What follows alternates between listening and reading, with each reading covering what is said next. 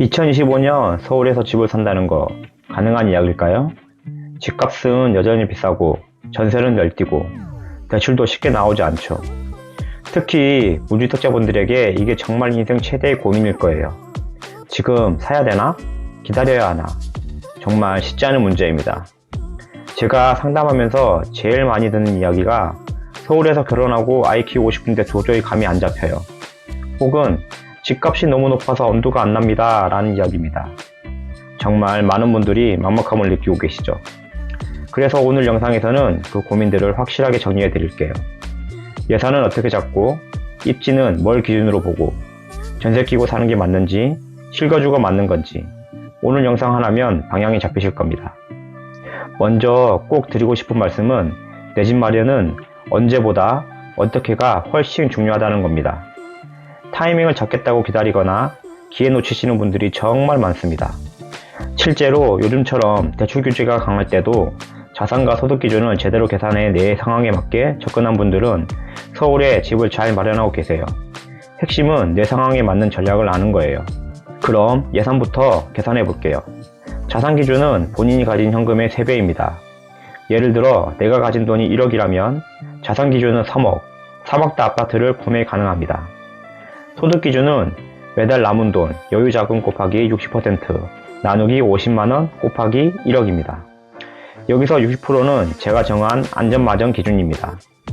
매달 200만원 정도 저축이 가능하다면 소득 기준은 약 2억 4천만원.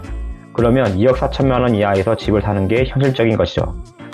이렇게 계산하면 목표가 딱 정해집니다. 이들 중 더 낮은 게 내가 살 수 있는 최대 예산이에요. 그럼 이런 질문이 나올 수 있어요. 지금 집값 떨어질 것 같은데 굳이 지금 집을 사야 되나요? 이해됩니다. 하지만 서울은 구조적으로 공급이 줄고 있고요. 긴 호흡으로 보면 지금은 충분히 괜찮은 시기라고 볼 수 있습니다. 그리고 꼭 실거주가 아니어도 됩니다. 전세를 끼고 투자하는 것도 방법입니다. 전세가율 높은 아파트를 찾아서 내 돈 적게 들고도 집을 가질 수 있습니다. 그리고 나중에 실거주나 갈아타기로 이어지면 되는 거죠. 두 번째는 입지입니다. 좋은 집보다 좋은 위치. 이게 장기적으로 훨씬 중요합니다. 서울에서 평당가 높은 곳을 보세요. 다 이유가 있습니다. 학군, 교통, 생활, 인프라. 결국 수요가 몰리는 곳은 비싼 거고 그곳이 곧 가치입니다. 그래서 입지를 비교할 때 가장 쉬운 방법은 평당가 비교입니다. 같은 시점에 평당가가 높은 곳이 더 입지가 좋다고 보면 됩니다. 예를 들어 A 아파트는 30평에 9억, 평당 3천만원. B 아파트는 25평에 8억, 평당 3,200만원.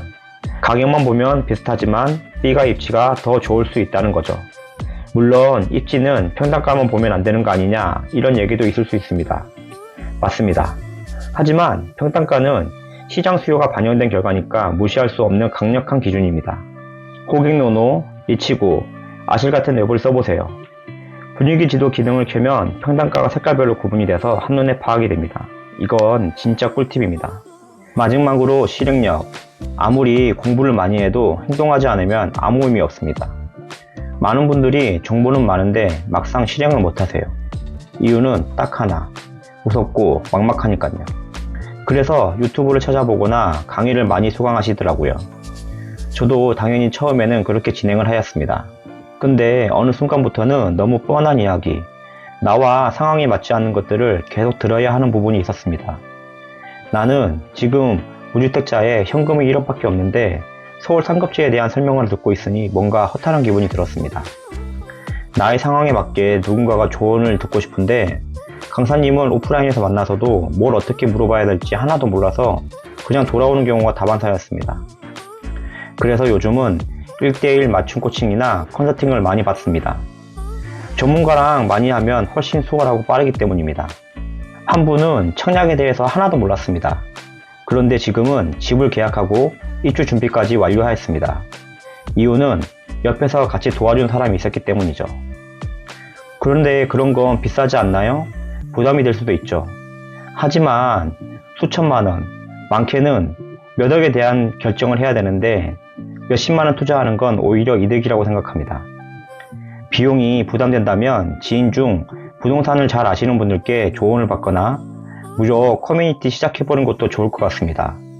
이 영상은 그냥 정보 영상이 아니에요. 여러분들이 중요한 결정을 할 수 있게끔 도와드리는 길잡이입니다. 내 집 마련은 가족이 살아갈 공간이나 자산을 쌓는 기반이에요. 이 선택이 삶의 질을 완전히 바꿔놓을 수 있습니다. 결론은 간단합니다. 2025년 서울에 집 사는 거 절대 불가능하지 않습니다. 예산 계산, 입지 분석, 전략 실행, 이 세 가지면 누구든 내 집 마련을 할 수 있습니다. 오늘 영상을 보셨다면 일단 지금 바로 자산이랑 월 여유 자금부터 계산해 보세요. 그게 시작입니다. 다음 영상에서는 서울 아파트 갈아타기 전략에 대해서 다룰 거예요. 구독, 알림 설정 해두시면 놓치지 않으실 겁니다. 감사합니다.